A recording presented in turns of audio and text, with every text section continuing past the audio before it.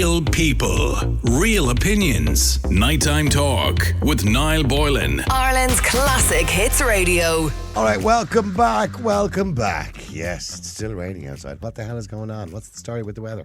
Anyway, let me get back to the drugs just for a moment. I do want to read out this email to you because it's really interesting as to what age it's okay to leave a child on their own in the house.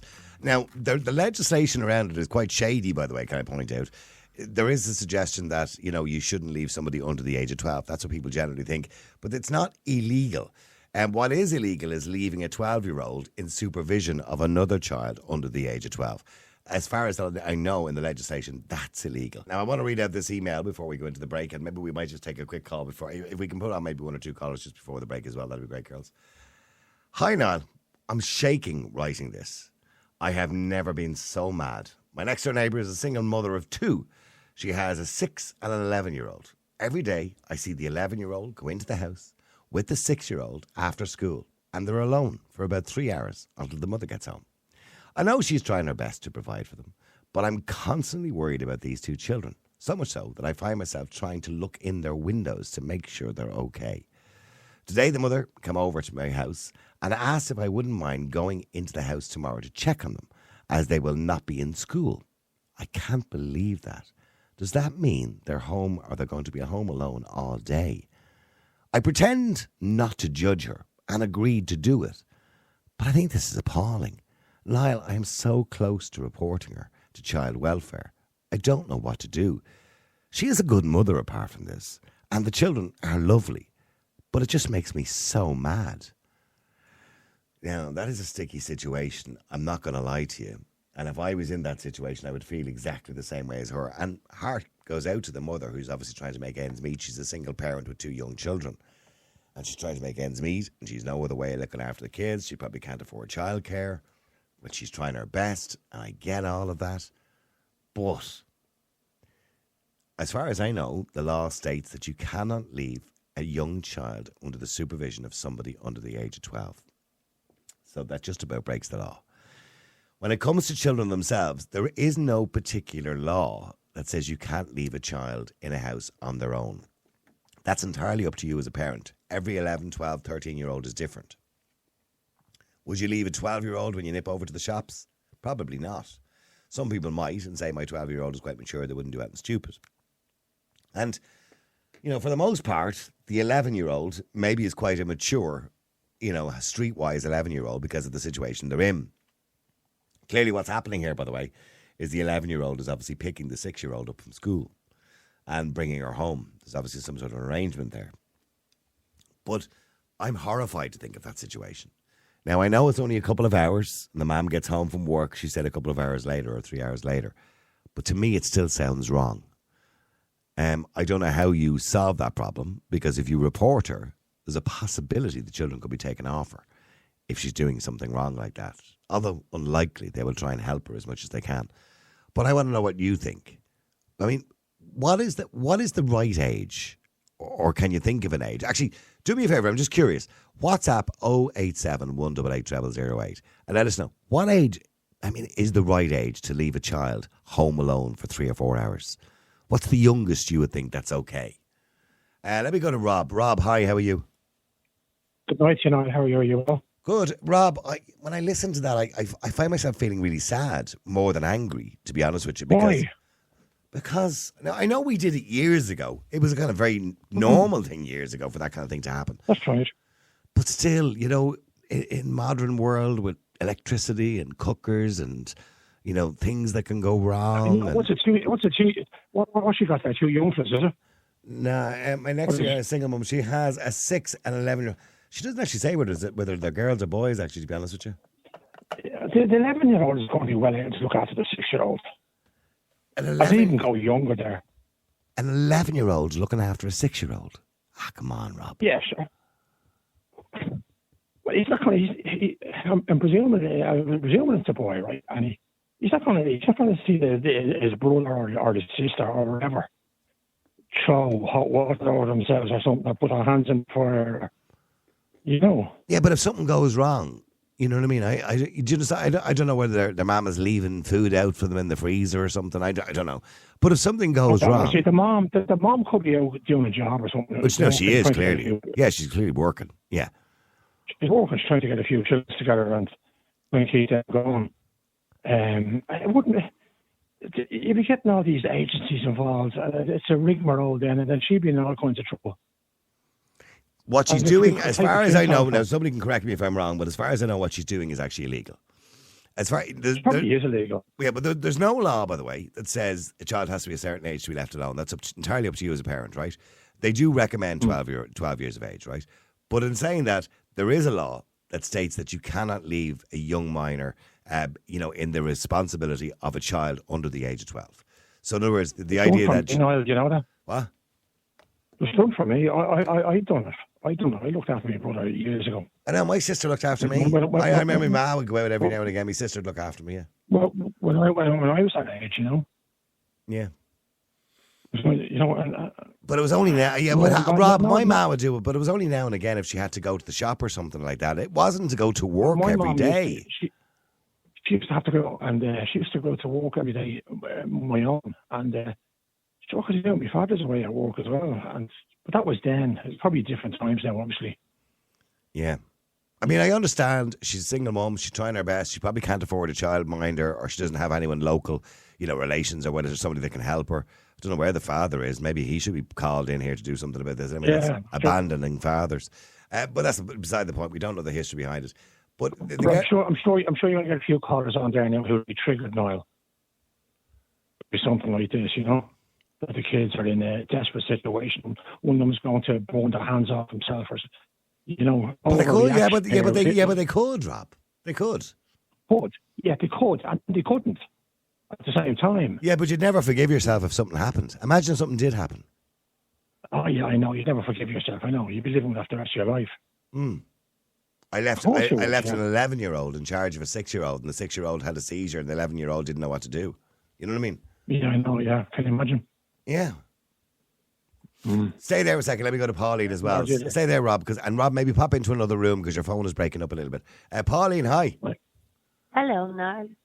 I didn't know you were coming back. Neither did I. I thought you were gone, and I felt sorry for all the people that were there while you were gone. Why did you feel sorry for them? They were crap. Leave them alone. No, they were just not. They'd be hard boots. Your ones would be hard boots to fill. Thanks, anyway, Pauline. I appreciate that. They're very good. I want to thank you for caring enough about the people of this country to represent them in the capacity that you attempted to do so, and I wish you more success on your next attempt. Okay. So well done, now. Thanks very much indeed, Pauline. Okay, getting back to the story at hand. Is there anything wrong with leaving an 11-year-old looking after a 6-year-old for 3 or 4 hours every day? I personally wouldn't, but then I don't have children. But everybody knows their own children. Some are very responsible. There are many children in the old days, like that chap who was on before, who reared their younger sisters and brothers because their parents had to work time so hard. So people know their own children. I didn't know what the law was. You were saying 12. A child cannot, under the age of 12, cannot be left with a child any younger than that. Is that correct? There's no law about leaving a child on their own. You just use your common sense, I suppose. Although the guideline, as far as I know, is 12. But as far as I know, there is legislation around the idea of a child minding another child. Yeah, well, I'm sure people do the best that they can. And it probably would, if it was in a situation where it was an ongoing thing, I would never, under any circumstances or for any reason, report one of my neighbours. I would call into my neighbour if I knew them well enough, maybe offer to take the child in for a little while to help out, if I could, or to try and find somebody for them. I'd never hang or snitch, I'm sorry is the word, on any neighbour for any reason, under any circumstances. I would probably, if I didn't know them very well, drop a note in and say, if you have to rush off again, I'm a nearby neighbour. I'd be happy to look in on the kids if you want from time to time for you. But no, I'd never snitch. That's the topic. So no, absolutely not. I think that's lovely. Yeah. Yeah, I suppose what you're saying to me is rather than writing an email to me and saying that she's thinking of reporting her, it would answer her better because she does say she's a good mother. It would answer her better to maybe call into her and say, listen, I've noticed that, the kids are coming home. Do you want me to rustle them up a little bit of dinner or pop into them? Or why don't you let them come into me and I'll look after them for you until you get home? Or that's what you're saying? Well, my parents were very blessed in the sense that we had very good neighbours, even though we only have one neighbour on one side at one stage. From the time I was 12 years old, we lived in a country village where I grew up in Clane in County Kildare, and my neighbour, Lord rest her soul now, was there for my father when he was going to work every day. And before that, he used to work nights, so obviously my mother was with us all night. But she offered to bring us in, and we had our lunch, we had our dinner. My father came home, and we were around that age, 12 or so. My mother was in hospital. So people were good to each other in those days, and I hope it stays that way. And there's many things coming up, and that will be coming up in the future, where we're asked to live in a nanny state and snitch on each other. And I hope we stick together and look after each other. And that includes those people who are coming into the country, whatever terms they're coming in under. And we all know that there are criteria, 5 of them, to qualify as a refugee. So we're not dealing with refugees. Nonetheless, we have to be respectful and kind and good to people. And remember that in an awful lot of situations, they're only being used as pawns. But, we'll get through this as well and be good to them too. So united we stand and divided we fall. That's what I'm saying. And the same with a neighbourhood. We'll stay there for a second. Let me go to Jerry Ann as well. Jerry Ann, hi, how are you? Yeah, good, Niall, good. It's funny now that the word snitch has come up, because I think in some circumstances you cannot use that word, but I'll explain that in a minute. In this situation, no, I would not report these kids. I would go into the mother. I would have a chat with her and see if if there was any way that either I could help, or if she could afford some money to have somebody to mind them. 11 minding a 6-year-old, absolutely not. I've 3 grandchildren from America home at the moment, 8, 11 and 12, nearly 13. Not a hope would I ever see them minding one another, because if you look at siblings closely, you see the fights that go on, you see the whole lot, the games, and it's just pure dangerous. It's what you're doing to their heads as well. But talking about snitching, one time I was separated. I was living on my own with my 2 small kids. And this little kid used to come across the road and come in to play with my daughter. And she was a gorgeous little kid. And her mother came over one day to pick her up, and the kid hid behind me and didn't want to go home. And I didn't know. I was so mortified. I didn't know what to do. But anyway, we calmed the situation down. The little one went home. I happened to be driving past the house not long after, and the hall door was open. And I visibly witnessed the father eating that little child who was about 3 or 4. Okay. And I was horrified. Now, what happened, the outcome of that was I happened to be doing a counselling course myself. I happened to say it to the girl that sat beside me, not knowing that she was some sort of, social worker or something. And she reported it. And then I got a call, and I was called into the health board, or wherever it was at the time, and I was told that the family were threatening to leave the area if they didn't divulge the name of the mother of the person who had snitched on them, we'll say, right? Technically, it wasn't me, but I remember standing up in the office and saying to that woman, "How dare you threaten me? I'm on my own with 2 children, and you're threatening me to tell this family that it was because of me." Yeah. They were reported, and I was the worst of it. But anyway, Well, look, the bottom line is that the father was beating the child. It deserved to be reported anyway. It doesn't matter who reported. Thank you. Yeah. Yeah. No, Okay, but getting back to this other situation, Jerry Ann. Well, hang on. So let's say this is you writing this email, right? I mean, so in your case, what you would do, what everybody else has said here, Pauline and Rob, you would offer to help. Well, I'm not sure would I be in a situation to help because yes, this is the PC world we're in again today. You know, you've got to be really careful if you're offering help, especially if you don't know who the people are. And that's why I was explaining that other story, how it backfired. You see, but I would go in and offer some sort of chat to the mother and find out, did she have anybody who could, like in all the years I was separated from the time the kids were 3 and 7, I never, ever for 1 minute had my kids left on their own. Never. I lost out. But Rob thinks it's okay. Rob said, well, Oh, no. Not ideal, obviously, but... Sorry? No. Sorry, no. What? Why did you say that? Because I'll tell you why. My little 8-year-old, I was babysitting them last week, came out to me and she found a bag of crisps and she went back in. And the older one, the 12-year-old, was very cross that the little one had a bag of crisps and she put her in the corner. And I'm going, excuse me? And then you had this eruption going on. You see, we don't know the dynamics between kids at that age. It's totally not on. Yeah, but they're not going to see anything bad done to each other.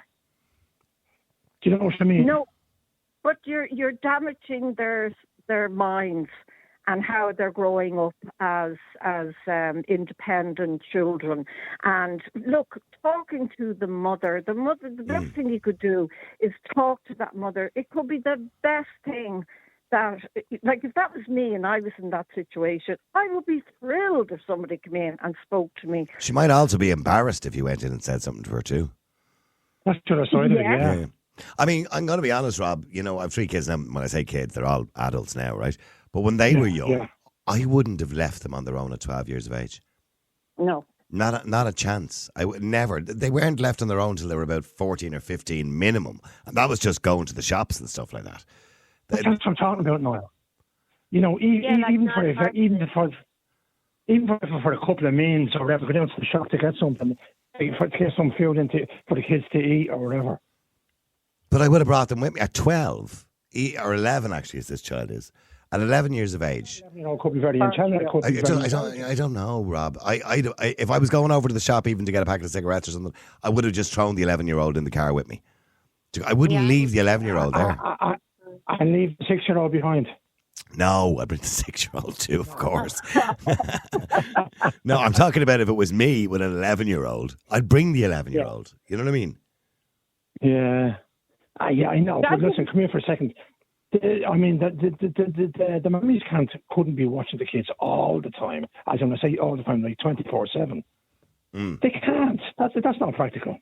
No. No, can I just say that my neighbours' children, they used, if their parents weren't there, and sometimes something might happen that they got back late or whatever, they would just automatically come into me or another neighbour. Yeah.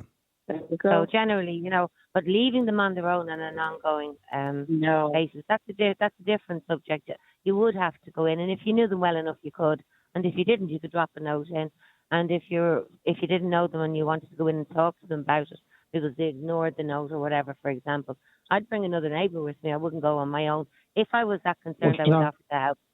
I did, just before I went to the break, I did snitch on somebody once, if you want to use the word snitch, right? And it was about 12 years ago, 13 years ago. So I was in Airside Shopping Centre one day. And now, thankfully, it wasn't the summer. It was kind of autumn or whatever, right? So it wasn't that warm out. And I get out of the car, drove into the car park. I think I was going to Harvey Norman's or something like that. But anyway, I get out of the car and I noticed there was a baby in a little kind of cot in the back of the car. You know, the kind of car seat kind of... Yeah. Now, when I say baby, it was about 8 months old, I'd say, looking at it. About 8 months old, maybe a little bit more. Anyway, I went in, did my business. I come back out. I was getting into the car and I noticed the child was still in the back of the car. And I went, that's odd. So I kind of hung around for a little while and I went, this is not right. Hoping somebody would come back, And all sorts of thoughts went through my head. Should I break the window? So anyway, yeah. so now the window was slightly ajar. It was about an inch open, right? So I rang the guards, and the guards arrived about 5 minutes later. They were very quick, the guards and swords at the time. And I said, what's the story here? So the guards didn't know what to do. So then the guards, it was a female guard, she then went walking along there's a load of shops all there, right? And obviously got an announcement made, for the reg of the car or whatever. Eventually, after about a half an hour, because I stayed there because the guard asked me to stay in case they needed a statement off me, right? Eventually, they found the mother. She was in work in one of the shops. Stop, no. So She was working. She was working in one of the shops. no. All right, okay, yeah. Yeah. That happened to me too, Niall. Yeah, working and left the child in the car while she was working. Oh, Jesus. Oh, for God's sake. Now, the guard took a statement on me, and I never heard another thing about it, so I'm assuming social service. That's cruel. Yeah. A baby. That happened, That's cruelty. Yeah, that happened to me, Niall. There was a baby in a Moses basket on the back seat, and the window was open a wee bit. I went into the store and had the mother paged, and she came back out. No, I didn't get involved in whatever discussion went on around the other people, with other people. I didn't call the guard. She did come straight out. But I watched a documentary in America where a girl who had been off for maternity leave went back to school on her first day to go back teaching. Her husband brought their first toddler to play school. It used to be the other way around. And when she got out of the car, she forgot to take the child out of the car and went in to teach and taught for the day. I think it was lunchtime they found the child dead in the car. That is an actual documentary. Yeah, well, sadly, the same thing happened here in Ireland going back about 7 or 8 years ago. You may remember the story, and I don't want to go into it too deeply because it was a tragic story. Something similar happened here in Ireland where a young child died. Anyway, listen, let's get back to this particular story. So, for those who just tuned in, we're talking about an email from a woman who says her next door neighbour is a single mum. She goes to work. Her 11 and 6-year-old come home every day. She sees them going into the house. The mother doesn't get home until 2 or 3 hours later. The mother did come in to her and asked her, look, could you keep an eye out for them tomorrow because they're not in school, so they're going to be there all day on their own. And the mother said, I don't know what to do. Should I report this woman? I know she's trying her best, to go to work and look after her kids and everything else. But should I report her for leaving a 12-year-old minding a 6-year-old in the house all day? All right, state me there, Rob, if you can. Let me go to Des. Des, hi, how are you? Hi, Niall, how's it going? Des, I assume you're travelling in a car there. It's a bit noisy, but however. Des, is there anything wrong with leaving an 11-year-old to look after a 6-year-old? Yeah, I think it's a bit young. But I'd try and go into the woman, and a reporter is not going to sort out a problem. It's going to make things very probably awkward for her. But if the woman next door kind of can see all this going on, then she has kind of a duty to go in and tell her what's on her mind rather than embarrassing her, but just telling her, like, they're going to report you if you don't. Or can we come to some kind of an agreement that works for you and works for the neighbour, because... but there's only one agreement that will work, and that's if she offers to help in some way. Yeah, but that's what I mean. But reporting is going to it's obviously going to make things a lot worse, where maybe, you wouldn't... She has living around that maybe they could have fallen out or something, or is that an avenue to go back and look at? I tell you, I reported someone a few years ago. One of my pet hates is kids in cars without seatbelts on or standing up. Oh God, in the yeah. passenger seat.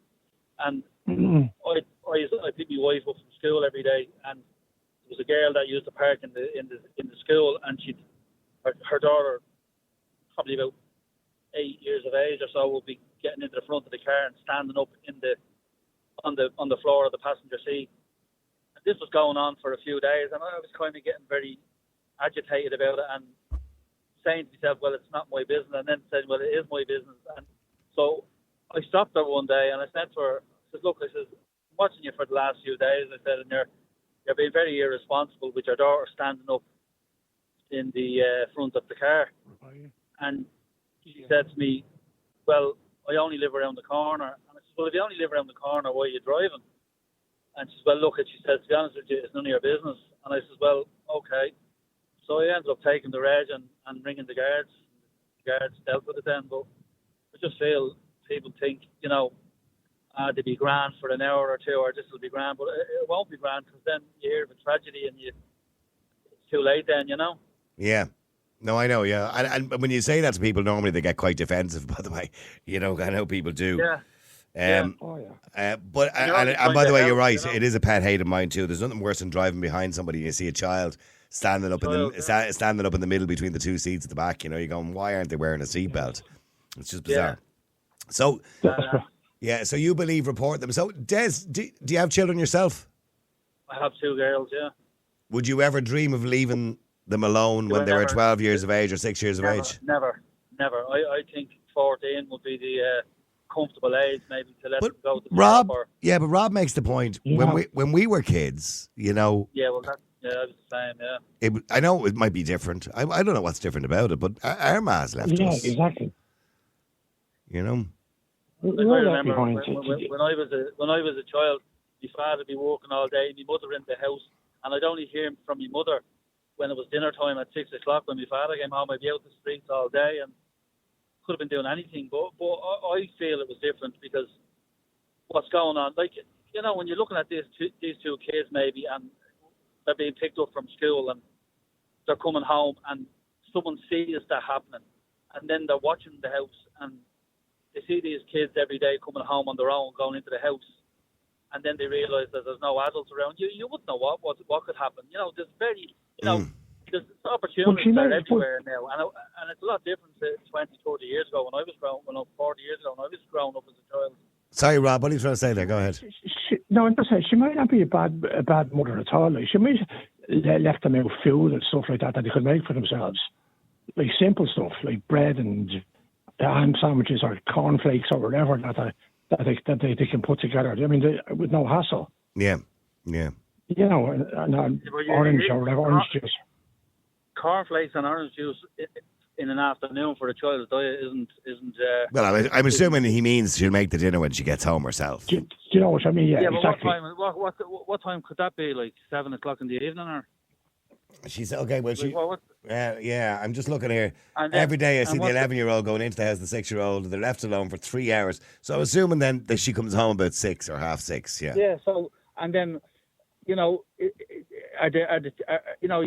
that, you know, would the kids in school be saying, well, I've no mother at home till 5 or 6 and 7 in the evening, like, you know, because that gets out as well, like, and then if the teacher hears about that, maybe, you know.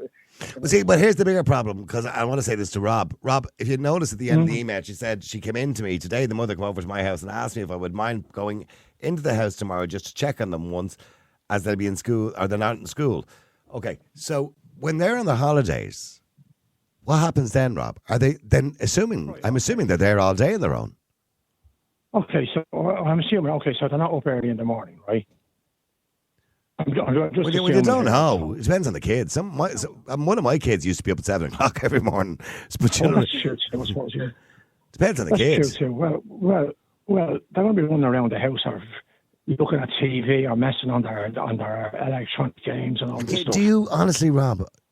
I know we did it, right? But maybe that was irresponsible of us to allow that to happen in those days. And maybe there was a lot of accidents. I don't know. But do you really think it's okay for a 12-year-old or 11-year-old and a 6-year-old to be in a house all day on their own while their ma's out at work? Yeah, well, the girl herself is struggling. I get that. I'm not having a go with her. I'm not having a go with her. I know. No, I know you're not. Yeah. But is it okay? It's still wrong. Yeah, but the 11-year-old will be intelligent enough to be able to dress himself, wash himself. I'm presuming that's a boy. Or it could be a girl as well. I presume they're at that age. Nowadays, they're intelligent enough. Actually, I trust the girl more than I trust the boy. Girls tend to be more mature. Yeah. They tend not to set things on fire. Boys. Yeah. Sorry, Des. What happens if someone knocks at the door when the kids are there on their own? Someone knocks on the door. Mommy won't be here till 6 o'clock. No. You always, if you're leaving a child on their own in the house when they're 15 even or 16 or whatever it is, you always tell them, don't open the door for anybody. That's but just that's the not rule. right when you're having if the 6-year-old is carrying on and the child is stressed, the 11-year-old, how do you know what way they're going to react if there's no one there to supervise? Anything can happen, like there could be an electrical problem, anything could happen, or child could go upstairs and flood the bathroom. I'm just saying, it's not ideal. It's just wrong, I feel sorry for your woman. Well, the sound thing saying she's had the intelligence enough though to go over to somebody, a neighbour. Yeah, but you can't. You can't be putting an 11-year-old in that position in the first place. I don't think. That's my opinion. Well, hang on. Let me just bring Dean in on this as well. Dean, hi. Hi, how you doing now? Nice to have you back. Thanks very much indeed, Dean. Dean, is there anything wrong with an 11-year-old looking after a 6-year-old? Unbelievably, yes. And you're looking at this from the wrong perspective. I have a girl. She's 13 now, but she's in a situation where she's left alone with her baby brother since she was 10. Now, the younger child is not mine. The mother has developed an addiction. We'll say no names. This is brought to Tulsa, and nothing has been done about it. Now, at one stage... I can't, Dean, you're going to go into a whole personal issue, and I can't let you do that on the air, all right? I get what you've said so far, and I appreciate it, but I can't let you go into the whole story on the air. All right. Okay, so just can we generally just talk about, is it okay for a 12-year-old to mine or 11-year-old? All right. Her younger brother nearly choked one day. Okay, now lucky enough she knew what to do. Now, if anything happened to her younger brother, what would my little girl's mental health be like? She would blame herself for that. I mean, that's a fair point, Rob. What happens if the 5-year-old, Rob, has a seizure or falls down the stairs? I know. And I know the mother would be mortified. And would be more than mortified. No, but how could she live with herself? Yeah. That's what Dean is saying. Dean is saying, like, what happens if the child chokes or something? Or, you know what I mean? You'd never forgive yourself. No, the 11-year-old won't know anything about it. Yeah, I understand that. Of course I do. Dean, what's the youngest you should leave a child on their own? In my opinion. No, Dean. I think 14. 14 to 16, you should be able to leave a child on their own and you look after a younger brother or sister. But Dean, that seems reasonable to me, Rob. A 10-year-old, I'd go for 10 or 11. 10? 10. Yeah, I think kids nowadays can buy and sell you. They can. If anything happens to the younger child, what's the older child going to be like when they grow up? They're going to blame themselves for what happened. Of course they are. Of course. You hope to God things don't happen to them. And normally things don't happen anyway. You know what I mean? It actually doesn't get to that far. Where there's a tragedy in the house. Can I come in there? Yeah, Des, go ahead. Sorry, does Rob have kids? Can I ask Rob, does he have children? You don't? No. That would make sense. But he was a child once. No, but hold on. That was a long time ago. Rob doesn't have kids now in this day and age, right? And he's at the saying there that he'd have no problem with a 10-year-old. Is he taking drugs himself or what? But he was a child, and I'm sure he has nieces and nephews. I'm sure after listening to you, 11 now to 10. Anyway, 11 to 10 now we're after going to. I think 14, and I'd be closer to 15. I'd be thinking, but a 10-year-old now. Seriously, like, are we? Okay. Yeah, because I'm going to be honest, Rob. I rarely disagree with you, right? But on this occasion, I think we're going to disagree because even I remember my kids, and that was like 10 years ago, more because they're all in their mid to late 20s now, right?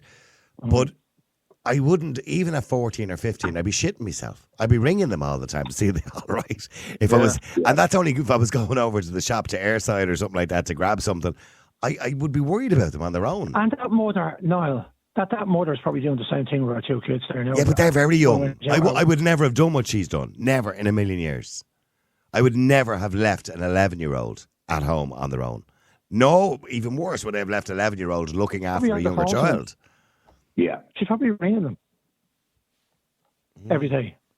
I know the mobile phone has made it easier. Yeah. I know, I understand. Oh, yeah, come here for a sec now. I just want to touch on something.